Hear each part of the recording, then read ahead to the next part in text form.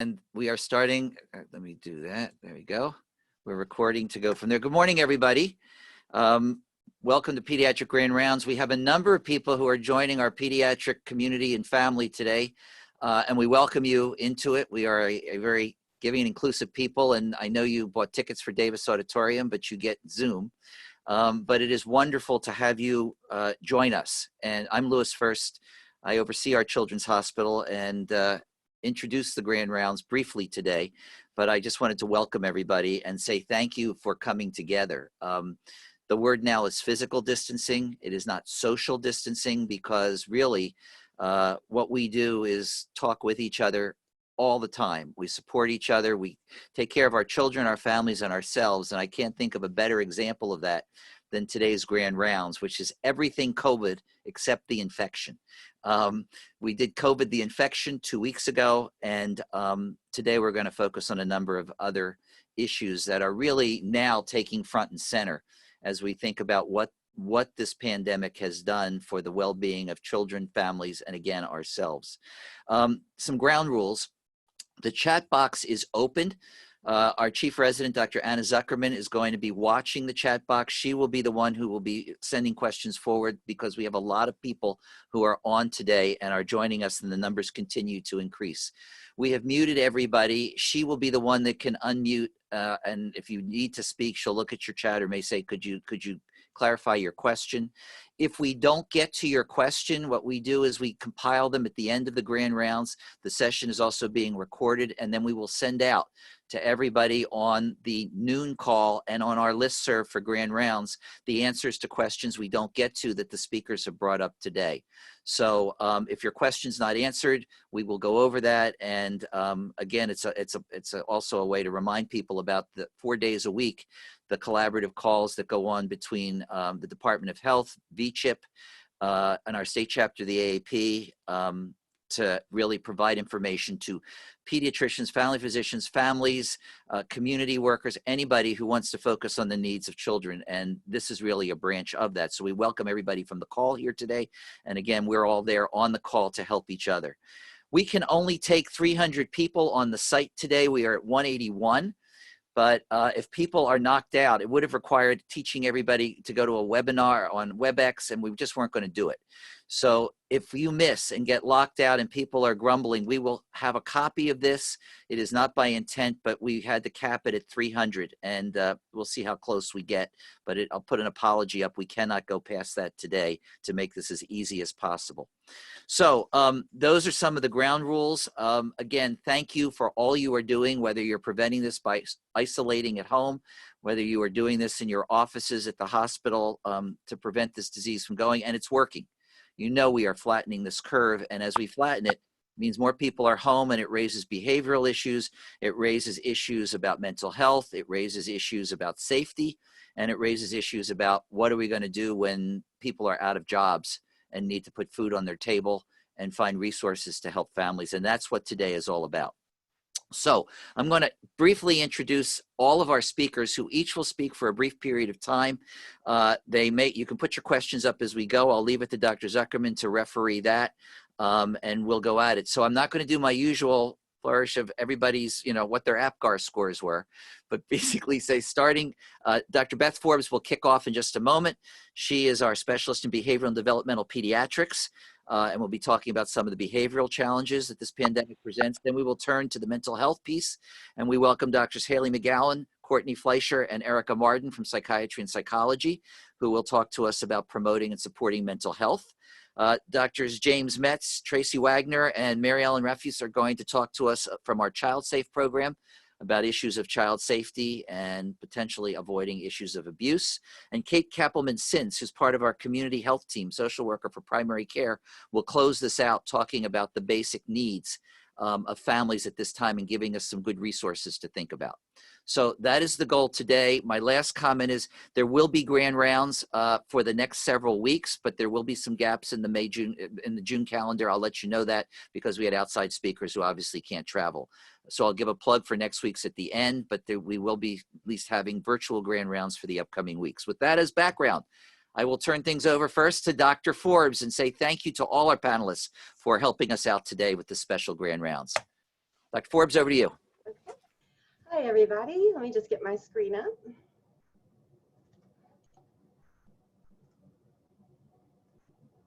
All right. So good morning, everyone. I'm actually going to start today by talking about behavioral wellness strategies to support stable behavior during the COVID-19 response. My colleagues will be talking about the behavioral mental health implications just after me. Certainly, these are very stressful times. We're all aware of some of the stressors our families are facing.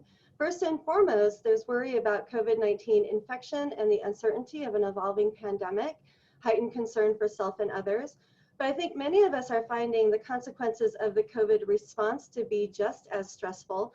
Things like disruption in day-to-day activities, moving work, childcare, and school into the home, having increased time at home with the potential for family conflict and space concerns. There's real and perceived social isolation during this time, real because we're distant, and perceived because as we get anxious, it's harder to reach out to others. There's employment, business, and financial concerns. Many of our families who rely on home-based services are facing a reduction or loss in those services, be they medical, developmental, or for mental health. And there's certainly a very high burden on caregivers these days. As everything moves into the home, there is pressure to do it all. Finally, I'd just like to remind everybody that so many of our families have pre-existing stressors, and those will be amplified during this time. My colleagues later in this talk are going to talk in detail about the stress response and mental health implications of this event. Suffice to say that symptoms can vary from person to person and change over time, but there are things that we and families can do to reduce stress and promote wellness, regardless of age of symptom or symptomatology. And as mood improves in the family, behavior improves in children. So these are some straightforward strategies to help everybody feel better. Caregiver functioning and engagement will shift over time at baseline, and certainly during a time of stress, caregiver functioning might be lower than average. Implementation of these strategies is difficult. I want to say that up front, even at baseline and certainly during times of stress. So it's always really important to meet families where they are and recognize that as we talk about strategies and information, even if they're not implemented right away, they could be processed for later use. I always like to start a behavioral strategy by gauging a caregiver need for support. Certainly in these times, parents are sometimes, I think, more stressed than children and having a harder time managing behavior because of that. So starting by educating about a typical stress response, reassuring that those symptoms are normal. And with every point of contact these days, I'm gauging individual and family stressors. And that's for two reasons. One is that there are resources to meet immediate needs now that weren't available 4 weeks ago. And if we can meet those immediate needs, that's really helpful. And secondly, as children's behavior escalates, it's really helpful to know what triggers were involved. So I'm asking everybody about changes in their family, current obligations and routines, and any other stressors that they're under. Certainly, if we identify an immediate and tangible need, we need to meet those first. In any time of crisis, it's hard to shift towards wellness until the immediate needs are met. And Kate's going to talk more at the end of this talk about some resources that are available. And then shifting towards caregiver wellness. What are their symptoms? What is their coping? What are their triggers for distress? What are their expectations and are they realistic? Have they been able to perform self-care? By knowing all of these things, we can design strategies that not only promote wellness for the caregiver, but for the whole family. And we expect all of that to reduce the behavioral response associated with stress in children. So what are those strategies? None of these will be a surprise. We've all heard them before. It is important at any time, and certainly during stressful times, to start with things that make sense. Start simple, 1 to 2 goals at a time, and start with the things that really speak to the family. Often I'll review many of these strategies, and there will be one that just feels right to that family, and that's where we start. So with every person that we talk to these days about COVID, it's important to provide space to talk about fears, validate feelings, offer support. We do that often with parents. We can also help parents do that with their children. I think it's also really helpful for parents to understand what a typical stress response is for their child's developmental level and understand that some of these mood and behavioral changes can be normal, to have increased flexibility and support around them. A lot of people find it really helpful to know more about COVID-19. They want to learn about and practice strategies that will reduce their own risks. So things like physical distancing and hand hygiene, making sure that parents and families have accurate information. I've also been talking a lot about the judicious use of media and screen time. Now, this is a shift for us as pediatricians because we're used to talking about limits on screen time. But now that everybody's been home more, there's an appropriate opportunity to flex those limits and use screen time for really positive purposes, like building social connection, using screens for school and for work. There's still certain screen time, though, that can heighten anxiety and lead to mood concerns, lead to behavior concerns. So we still want to avoid very prolonged use for recreational activities like video games. I don't know about you, but I've talked to some families where video games are happening 12 and 14 hours a day. And for adults and older children, limiting exposure to the pandemic news coverage can be really helpful. We know from past crises that constant attention to the news can actually increase anxiety and mood problems. So for parents who are in that pattern, it can be really helpful to limit that attention. The next step sounds easy, but we all know how hard it is. Emphasize nutrition, sleep schedules, exercise. All of those things can really promote wellness and reduce anxiety. We all benefit from calming strategies, whether it's deep breathing or meditation, other mindfulness activities, and there's lots of resources for those these days. It helps to maintain social connection, even though we're physically distant. And many of us feel better when we're providing a service to others, whether it's a family member, a neighbor, or the community. And we've all seen examples of how communities have banded together during this time. I'd like to talk a little bit more about scheduling because all of us feel better with increased structure in our day. That being said, it's really hard to do during times of stress. It can feel really overwhelming. So one place to start for families is often shifting back to what worked before. I've talked to a lot of families where a child's behavior is escalating. When I ask about changes, everything has changed. They're not sleeping the same time, eating the same time, not exercising.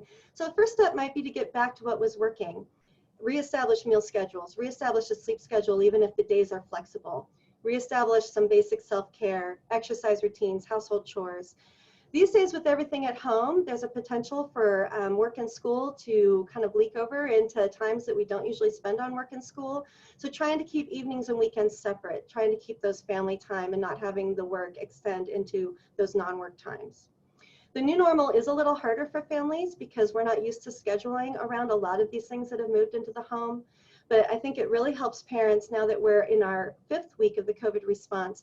If they haven't already done it, to schedule time for school and work activities, schedule time for active play. We all know how important that is, even if it's indoor active play. Having time for enjoyable activities and quiet activities. This is really hard for busy families if there's not enough space, but a lot of adults and older children would benefit from time alone every day. Most children will decompress and de-escalate if they know what's happening next. So visual schedules can be really helpful, activity menus so that they know what activities they can choose from during different times. And there's a real, family modeling is another really powerful intervention for children if they're doing about the same activities as their parents at the same time. So work activities all at the same time as school, active activities as a family, pleasurable activities as a family, everybody's doing about the same activity at the same time. So those are all, again, simple to run through. They're pretty common sense. They can be hard to implement, and families benefit from our support with this. All of that being said, now and outside of the COVID response, all of us are approached every day by families with specific behavior concerns, and some families might be ready for a behavioral program even in this time of stress. It's not for everybody because a lot of families are overwhelmed, but I've had parents call me where they're ready to start a behavioral program that they couldn't do before because they're at home and have increased capacity. There's also concern about new behaviors or an escalation in pre-existing behaviors. Engagement will be variable and fluid, just with the wellness strategies. It's important to discuss all of this information when a family is interested, but recognize that it might take a while to implement, if at all. And I have found at this time that more frequent communication can be really helpful to families. Parents tell me that this is therapeutic, even if they're in a low state of readiness, just to talk about these things and assess stressors and have that availability. Dr. Forbes, you're at the 8-minute mark. And I'm on my last slide. That's perfect. So it's really important to keep things simple. With any behavioral program, whether it's temper tantrums or aggression or toileting or getting rid of the pacifier, it's important to keep it simple. And now that times are stressful, we want to be even more simple than we would usually be. So with any new behavior program, I would encourage you to clearly identify the target behavior and really just focus on 1 or 2 goals at a time. I tell parents often that it's better to do less and be consistent with what we're doing and build on it rather than take on too much. So we really want to aim for what the family can do and what they can be consistent with. Using simple and straightforward language is important, both as we counsel parents and helping parents when they're interacting with their children around these behaviors. clearly outlining steps and strategies, even in more detail than we usually would, and if possible, backing that up with visual and written supports, and then again, considering that frequent follow-up to offer support and monitor progress. I'm going to end by saying that this won't be enough for a lot of children. My colleagues are going to talk more about behavioral escalation and mental health, but it's important to proceed with usual treatments and referrals if a child is escalating or potentially unsafe, especially if they were a candidate before COVID-19. The usual medications are still appropriate at this time, and the usual services are still appropriate at this time. I would encourage you, though, to get a real-time update on services as you're making that referral, because agencies may have different access and delivery modes than before, and you can help families understand what to expect. And so with that, I'm going to hand off to my colleagues to talk more about the stress response in mental health, and thank you.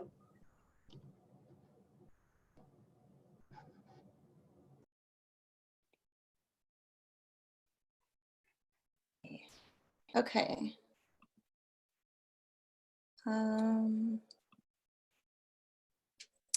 Great. Thanks, Dr. Forbes. That was a great setup. I'm Courtney Fleischer, and I'll be presenting as well with Dr. Haley McGowan and Dr. Erica Martin. So since all of our brains are chronically activated and in service of time, I'm just going to give you my oversimplified version of the stress response. It's the one I use often when I'm explaining it to highly stressed families. So we have our reptilian brain and our mammalian brain, and this is my mammal that most regulates my limbic system, and the neocortex, and this is what mine looked like when I lost my slides for this presentation earlier this week. When we perceive a dangerous stressor, our fight, flight, or freeze alarm goes off and gets our adrenaline pumping and causes changes in our bodies, like our breathing gets quicker and our hearts pound, our muscles get tense, and we start to sweat. And once our visual center perceives that stressor, our stress hormones kick in and prepare us for that bear, to take that bear down outside. So once the danger passes, our stress hormone levels fall and our rest and digest response kicks in. And if the danger becomes chronic, the adrenaline and the stress hormones keep pumping and wreak havoc on the pathway, and we can end up looking like this, like that. Okay. So for some people, the experience of that stressor is traumatic, and we can see here how aspects of the COVID-19 pandemic, even if the person isn't positive for COVID-19, can lead to a traumatic stress response. Looking at research from former health crises, differences were found based on quarantine status of children and the grown-ups who care for them. Retrospective reports of post-traumatic stress symptoms following the SARS and the H1N1 pandemics were 4 times higher in people who experienced quarantine. School kids, their parents, and school personnel shutting down as quarantine orders were announced during the H1N1 pandemic were experiencing more confusion than those in other parts of the country that weren't shutting down. And one study of psychological responses to the COVID-19 outbreak in China has already actually been published. Over 1,200 participants, about 28% of them were youth between the ages of 12 and 21, responded online within 3 days, right after the time when the WHO listed COVID-19 as a public health emergency of international concern. Student status was significantly associated with higher psychological impact and greater stress and anxiety, and individuals rating their pre-morbid health status as poor or very poor, this was a really small portion of the sample, but that was significantly associated with higher psychological impact and greater stress, anxiety, and depression. So taken from these findings and the traumatic stress literature that demonstrates youth with previous mental health issues are at risk for traumatic stress responses following a new trauma, we might be most concerned about youth who are quarantined as a function of exposure to an individual who has tested positive, those with pre-existing chronic illness conditions, and these particular mental health issues At the bottom here, that's not an exhaustive list, but just kind of giving you some ideas of some of the ones that are more of concern. So I'm not going to leave you hanging on such a down note. Let me tell you how you can make an impact. So pun intended, you must put your own mask on first. This first link takes you to a research study that's being conducted by Children's Hospital of Philadelphia about the traumatic stress responses of providers during the pandemic. And you'll get an immediate read on the severity of your stress response. Whoops, there we go.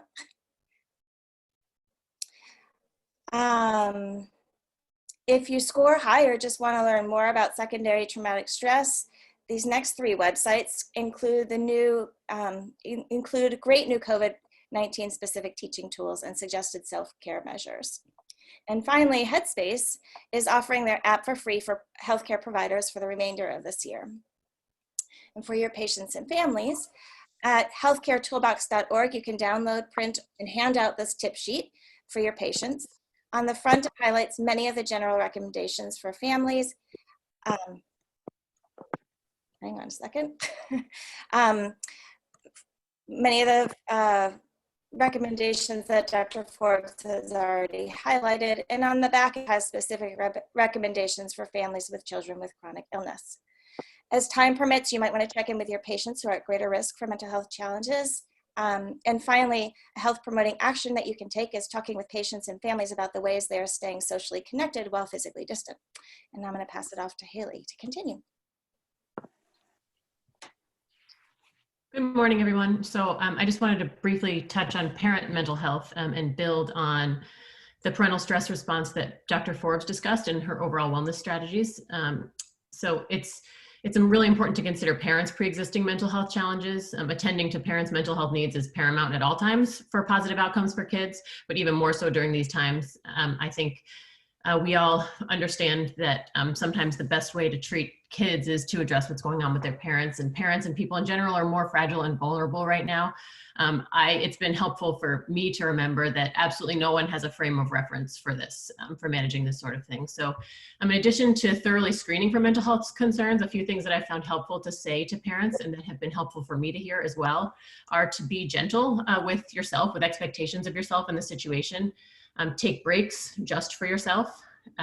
Utilize your own providers or even your child's mental health supports because everyone is extremely willing to help right now.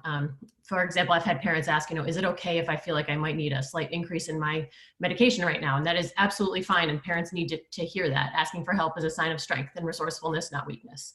And then, it kind of goes without saying, but again, I just think it's important to hear that we need to prioritize time and energy for activities that are replenishing for ourselves and for our families. There are a lot of really great resources out there. There's a few links at the bottom here to brief fact sheets or tip sheets on dealing with this sort of traumatic stress, ways to promote kids' resilience during this time. And actually, we're also, UVM is having a webinar today at noon. I think you could just search for it. If you don't get the link in time, you could just search for it. It's through, I think, the Continuing Education Department on children and young adults' mental health during coronavirus. A member of the clinic director for our department, Andy Rosenfeld, is actually presenting in addition to some other mental health experts. So these are a few great resources that I've come across and have found helpful. They are hyperlinked in the presentation again. The first is really about screen time. I think it goes without saying that there's more screen time these days, but this is a well-researched list of some best for learning apps, videos, books, that sort of thing for all age groups. And then Family Dinner Project is a really great resource full of ideas and ideas related to all things that can happen around eating and cooking and talking. Lots of really good positive things and ideas, very practical. For providers, for many of us who may also be parents, if you have relationships with mental health providers in the community, for example, if any of you know us, they can support you as well as your patients, either by offering direct support, facilitating connections, and there are many sort of hospital-based supports coming into play. An example is we have a support hour daily for any providers that want to come in and speak confidentially. The ER is actually rolling out a similar thing. I read yesterday that UVM is creating Zen dens as a place for people to go and sort of unwind within the hospital. And then last, You're at the 8-minute mark to let you know. Okay, thanks. And then last, I just wanted to mention a couple bright spots. It's not all negative. And I think we've heard some really positive things coming from some families and patients. Here's a few quotes. One, I think I'm the healthiest I've been in a long time. And this is someone who's able to engage more in self-care than ever before. I have a patient with pretty severe OCD who said it's hardly bothering me right now. And she's able to really put some distance between herself and this debilitating illness, just because so many of her triggers are school-based. Several families are reporting a lot less stress because of the burden of getting out of the house in the morning is removed. I think it's also worth noting that anxiety can be reduced due to reduced bullying, and then also to kids not being overscheduled. So maybe there's some lessons to be learned for when this is all over. And for that, with that, I'll pass it off to our child psychiatry fellow, Erica Martin, just to briefly mention acute care. Yeah, so what about when things aren't going well?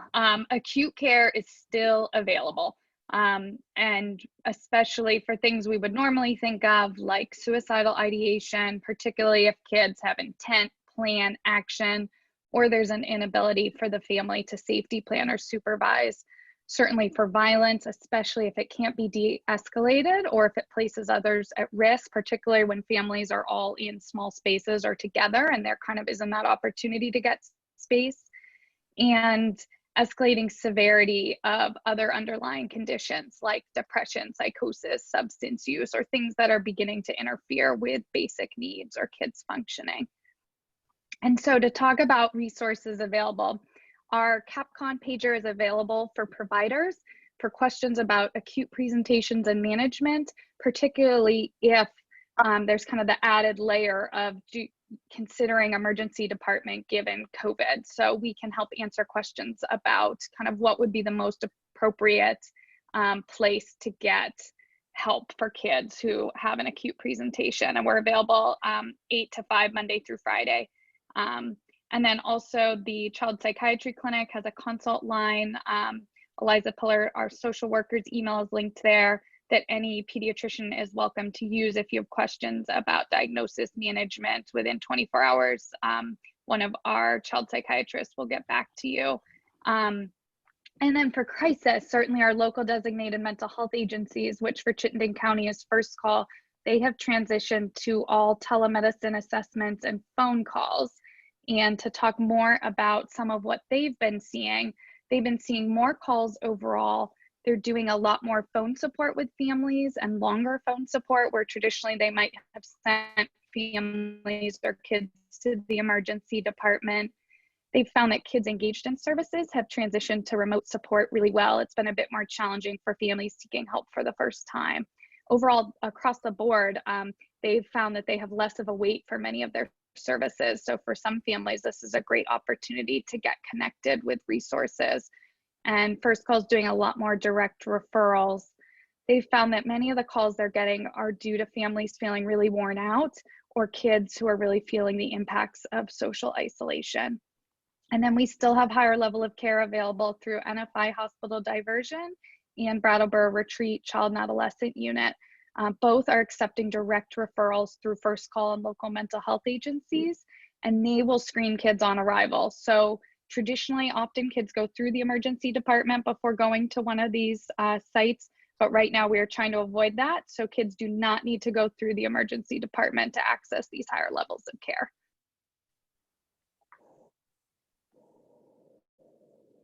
Thank you very much. And with that, we'll turn it over to the child safety team.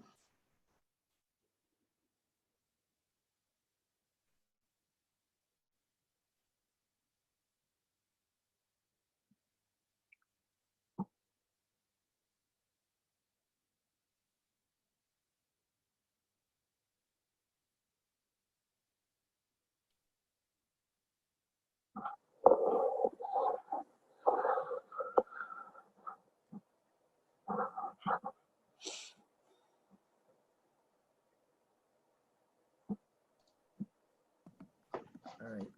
Can you hear me? Yes. Okay. Good morning, everyone. Let's see if I can turn my video on. There we go.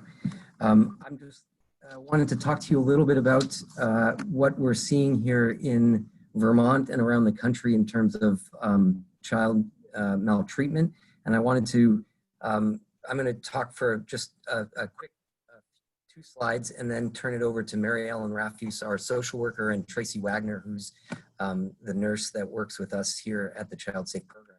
But I think what we're so concerned about is while children might escape some of the more severe respiratory or viral symptoms of COVID, I don't think we can expect that they will escape some of the sequelae and the unexpected consequences of the epidemic. And I think that we can see from past experiences like this during the recession back in 2007 and 2009, what happened with abusive head trauma.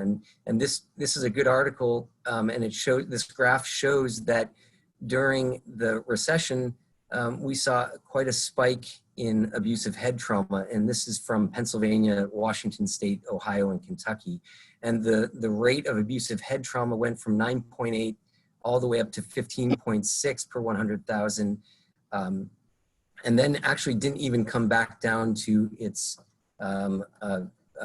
pre-recession level. It stayed fairly high. So I think that there's precedent for what we might see given the circumstances that we're in.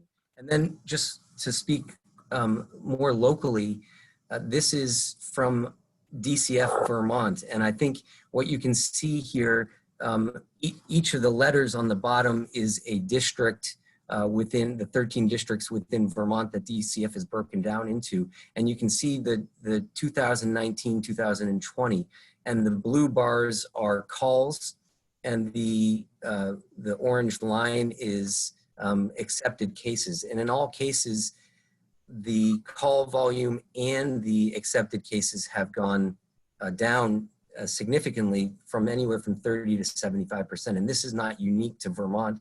This is happening all across the nation and New England. And I think while we'd like to think that, you know, maybe this is going down because families are spending more time together and getting along well, I think that that's probably not the case. And unfortunately, I think we will likely see a spike in child abuse soon. I'm going to turn it over to Mary Ellen.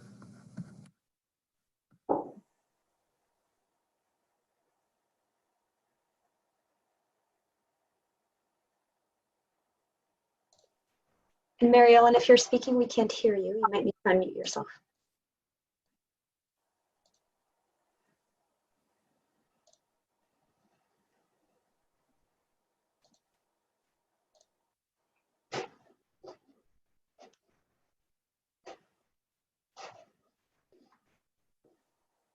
Thank you to everyone for your patience.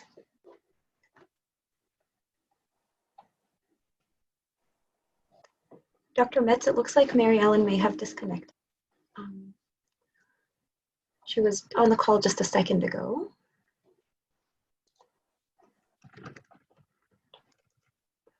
Oh, there she is.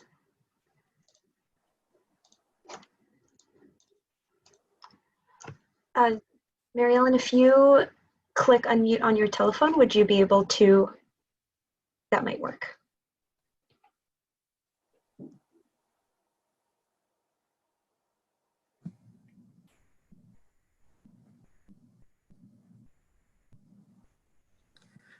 Maybe I'll step in for a minute until Mary Ellen comes online. That would be great, thank you. Okay, so Mary Ellen is our social worker, and she, we were fortunate enough to steal her from DCF, and she's been a real link for us in terms of understanding and letting people here in the hospital know what DCF is doing. And what we know is that the hotlines remain staffed 24/7 here in Vermont and New York, and that similarly, the concerns for immediate child safety and serious injuries are being reported to in person. Sorry, responded to in person, but just in a much more limited way. We've seen it already here that there's been much more collaboration with law enforcement and medical providers to try and reduce the number of people having contact with the children so they don't have to go in to the household as frequently, and using some unique strategies and techniques for visitation with the biologic families. Mary Ellen, are you on? No, that's okay. We are still having audio issues. Okay. DCF is also using remote contact to engage with families, so they're using FaceTime, and we've been working with the Department of Health and DCF to come up with guidelines to do that safely for visitation to occur with families safely. Some of these cases have gone to court in terms of families not wanting to come up with a solution for a non-physical visitation, and so some of them have gone to court. And then we at Child Safe are continuing to consult with CPS and DCF in New York and Vermont.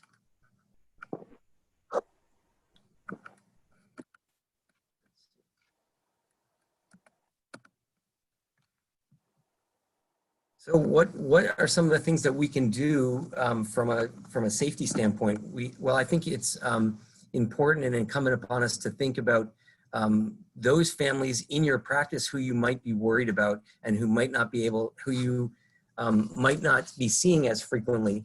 And it might be an opportunity for you to be able to check in on them, maybe utilizing your social worker if you have one.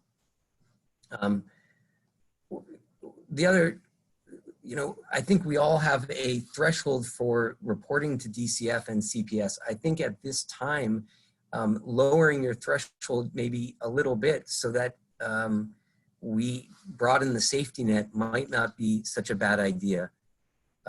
Consulting with Child Safe, our program, if you want to talk through some of your concerns, talking with other providers to raise awareness of child safety concerns, and talking directly with kids about whether or not they're feeling safe. So I think prioritizing what is being done during your televideo meetings or appointments with kids, I think is important. So maybe you talk more about gun safety and about guns in the household. And if they're feeling safe, then some of the other things you might talk about. And then preparing yourself that children who do access medical care may be or may have experienced more serious or significant injuries than you might typically encounter. Other things that you can do is educated mandatory reporters and the public. I think trying to expand the role of mandated reporters to think outside the box a little bit of who can report. Encourage children to look out for one another. Recognize that children may be different, have different ways to communicate. And balancing the risk of abuse with the risk of COVID-19. I think, is Tracy on? And you're at the 8-minute mark, and Yep. Tracy should be on. Yep. Hi, can you hear me? Yes. Okay. All right. So James, you pretty much took care of this slide. I think it's just although we're kind of all overwhelmed with ideas and thoughts of how to do things, and we aren't really quite sure what is going to work quite yet, but these are just things to think about. Really just having an open, clear eye in all your interactions with children is really important, and giving that message to anyone you meet, not just professionals. I have even talked about this with kids, with the school people, with school folks, but and just thinking about the unique challenges that we are all facing. So nothing here is probably not known, but important to be thinking about. Two topics that are especially important would be online safety and balancing the need of offline and online, as we've mentioned, but reminding parents to be a little more vigilant in monitoring online activities. I think it's also important. I'm in a foster care group, and there was a lot of discourse going back and forth about removing phones for the kids that are not behaving well, and I think we should be cautious about that. And as you know, just it increases their isolation. There's other ways we can take care of behaviors. One resources that I like a lot is NetSmarts, and that's got activities for kids and adults. Another topic to think about, and James sort of mentioned this before, when we're seeing kids, we should be prepared for we should be prepared for what we're going to see. And when if it's true that child abuse and neglect will increase during the pandemic, I think we need to be aware of the fact that lots of kids are victimized. So 2/3 of maltreated children are actually violated in at least two ways. I like the Play Nicely is a prevention program, and again, these are geared toward littler kids, but it has good resources for both kids and parents and healthcare providers. And then I just want to do my everlasting commercial that UVMMC has 24/7 PEDS forensic nursing coverage, and we're good and solid through the beginning of June at the very least. We are the forensic nurses are connected with the Child Safe program and to manage kids. Statewide, pediatric forensic nurses are asked to triage with the Child Safe program. If there is a significant concern for an acute event, less than 120 hours, then kids go to the ED for forensic collection, just like always. And we have some triage plans in place that are different in different areas. In Berlin, Kathleen Bryant and Loretta Charles can see in their office, and we have the ability at UVM to see kids at Child Safe or at the CSC versus in the ED. And then if the concern is chronic and the child is safe, then you can make a referral to us, same as always, and we'll contact the family and could do some telehealth visits. And then lots of advocacy programs are messaging about their availability, and they're connecting via phone. So the work is being done just in a different way.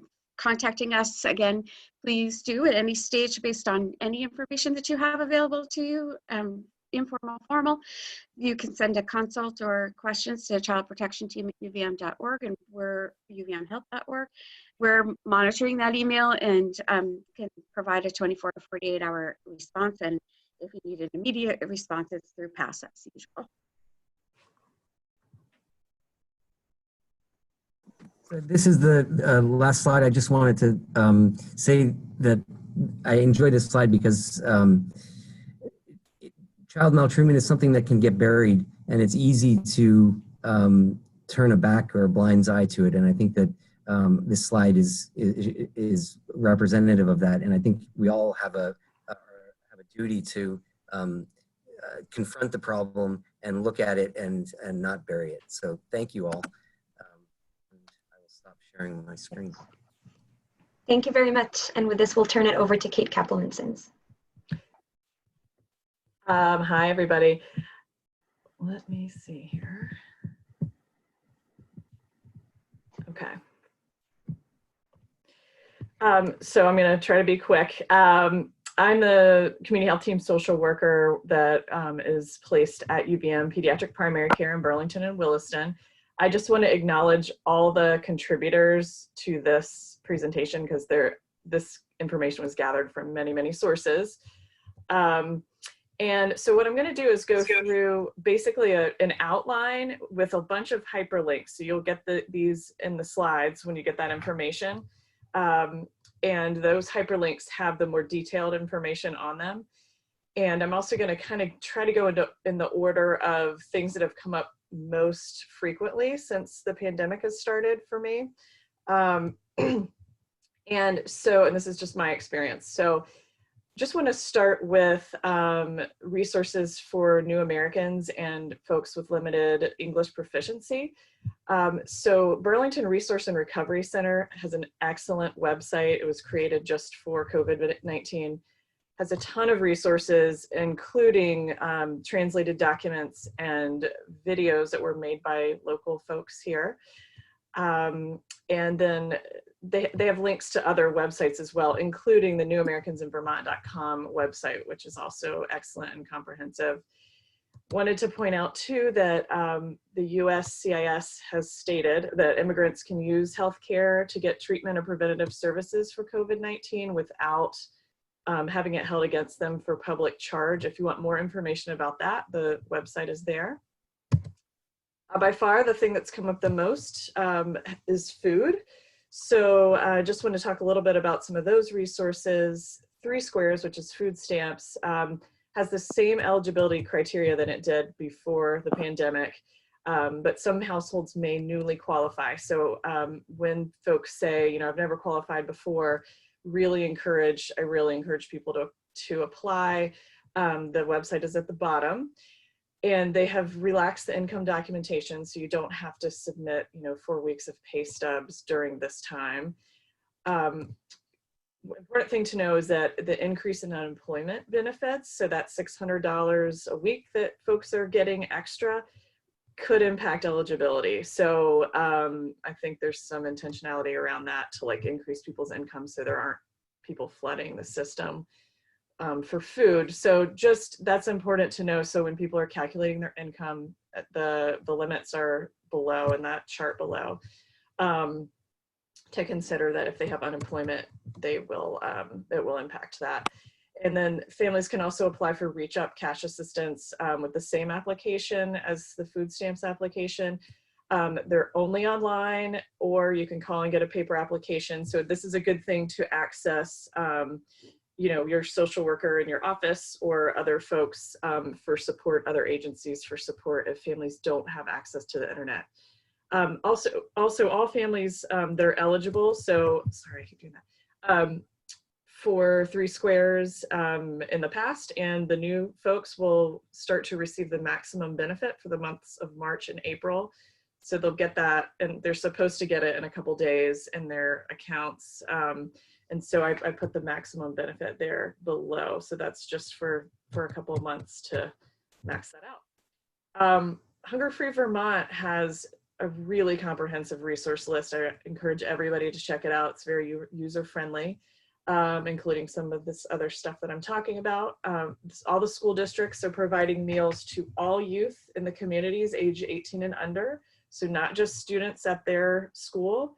The summer meal site rules apply, so there's no means test. Anyone 18 and under can go to a meal site.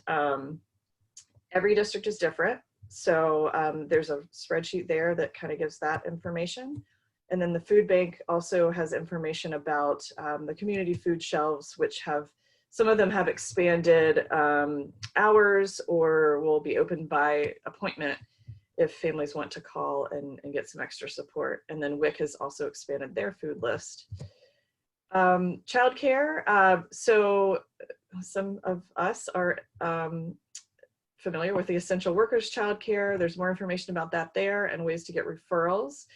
UVM has a volunteer childcare program. I don't know how that's going, but that was offered pretty early on in the crisis. Burlington School District also has their own essential worker childcare that they've set up. And the information is there.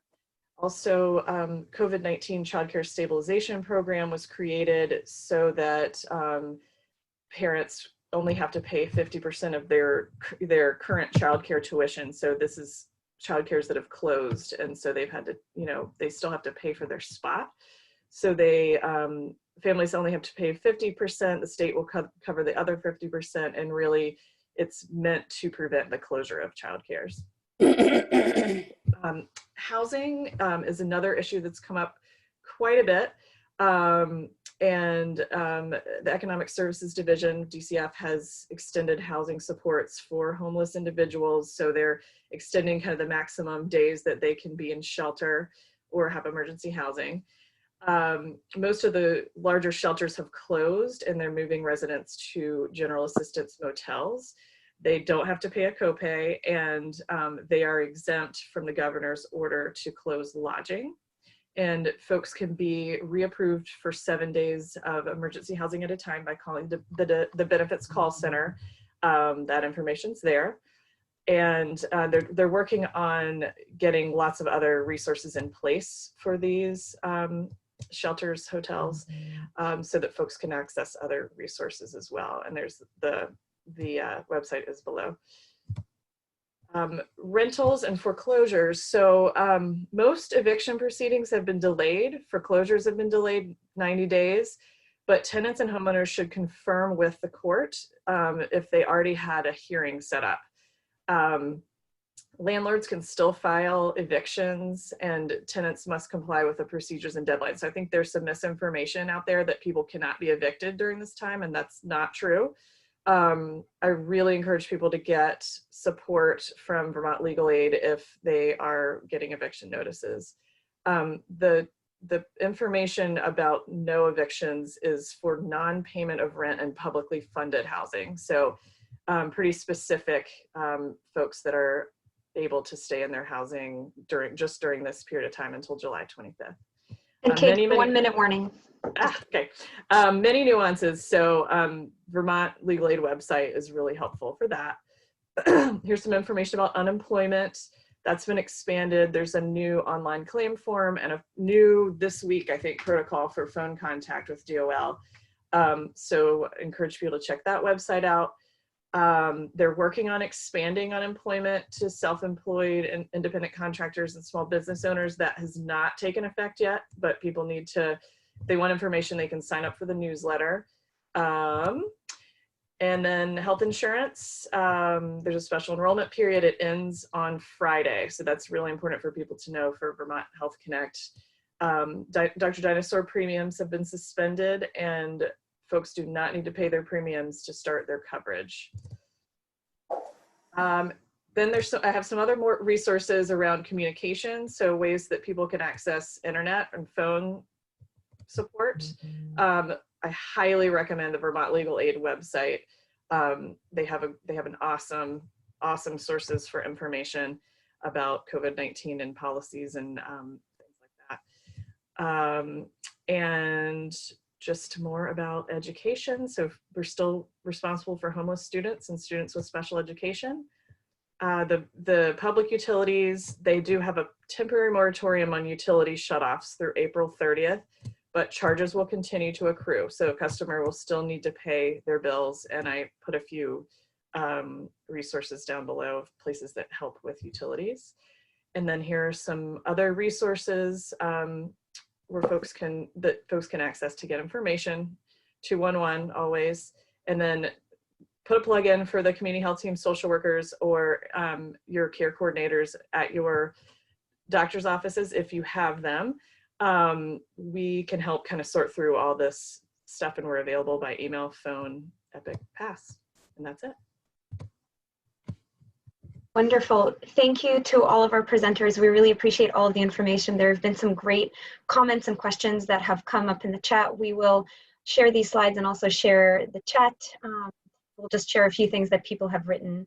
I just want to put a plug. I'm the pediatric chief resident, and a lot of pediatric residents have been asking for ways that they can help. So if any of you on this call have ideas of how pediatric residents might be able to help, please send me an email. We'll share my email. A few comments that have come through is that some folks have seen, in terms of the mental health of patients, that some mental health issues are becoming better in terms of anxiety, whereas others like attachment disorder and depression are doing a bit worse. There was, in terms of child safety, there was a comment from one of our neonatologists that considering becoming a foster parent during this time can be important. Dr. Banach mentioned that asking parents if they're financially secure and accessing school meal service has become a part of every visit, and some families who are eligible are surprisingly not accessing those services. That's great. One question that I'd like to bring to the mental health team is, could you clarify what CAPCON is and whether providers from all around the state can access that versus just the inpatient? I'll take that one. So CAPCON is an expansion of services that we've had for inpatient focused consultation to the medical floors. It's a multidisciplinary psychology and psychiatry team. And the contact is specifically for inpatients in terms of accessing us during the day for kinds of questions mostly that are related to patients that are in the hospital. However, the 24-hour call-in line is definitely available to providers in the community, as well as if you have questions like specifically about should we send this particular patient to the ED, we do have access to be able to make sure that a psychiatrist can get back to talk through that kind of question with you. Yes, and I'll add that that's statewide. We're fine with that, not just Burlington community. Perfect. Thank you very much. There's a question for the child safety team. How much of the DCF reduction in calls is thought to be due to the schools being closed, with the schools often being the ones who are reporting? That's a good question. Schools are by far and teachers are by far the most prevalent reporters. So I think that we know that when school is out, the reports go down. And I think that that's one of the biggest fears, is that there's no eyes on these children, or consistent eyes on these children. And I think that that's one of the things that we're trying to work on, is getting the message directly to children through teachers, and using social media to target children directly on ways to prevent or report violence in the home. Thank you very much. And there's a question for Kate about the food and cash assistance benefits. Will the agencies providing those benefits actually help families fill out the forms and use online interpreters, with those forms being a challenge both for non-English speakers as well as for English speakers? Hopefully you can hear me. The sound's right over ahead. They are supposed to help with interpreters. I have been calling with a telephonic interpreter with families. So I've been calling a telephonic interpreter, then we make another call to the agencies because my optimistic self says, yes, they will do that. My experience is that often they won't. And I'm hearing from families that they're not getting help on the phone, as much help as they would like to get. So that's why I'm saying, if folks, reach out to your care coordinators in your office if you can, to get help with these applications. Perfect. And let's do one more question, and then we'll leave the chat box open for a few more minutes, and whatever answers we don't get to, we'll make sure to send to everybody. But Dr. Metz, there's a question for you in terms of encouraging children to look out for each other. Are there resources you recommend for that specifically? I can get you resources for it. I think the biggest thing is just to talk to children, and have children talk to each other during their video chat, or however they're communicating with each other, to if one of other children or one child tells another that something is happening in the house, that they should report to an adult. And I think that's really the safest and most important way that we can spread the word. Perfect, thank you. And thank you for everybody who's been sending resources in the chat box. We'll make sure to include those in the notes. Right, we will get all of the resources. This was the pearls per minute and the resources per second. We're fast and furious here. This is really a compendium of for all of us to turn to in the weeks ahead, just as I hope, if we haven't yet. And to ask the questions that all the groups asked us to at least inquire and check on our patients who we may not have seen in a while, who are not necessarily worried about COVID positive or negative, but are just not checking in because of the way we've had to structure our in-person visits and our televideo visits. So I want to thank all the panelists as well. I want to thank Dr. Zuckerman for putting this all together. Everybody can, with their mute, applaud. This is a resource that I hope will carry forward. I hope that all of our panelists will make themselves available to our community at large, both here and in upstate New York. You're hearing a lot of thank yous, and everybody can write that in the chat box. Together, we make this happen, and we will continue to provide topics along the way. If you have ideas for grand rounds that we can wedge in or put in, please let us know, and we will do our best to accommodate. Next week, Dr. Dennis Beatty will be here to talk about how we make clinical decisions, which I think is relevant for not just COVID, but everything we do.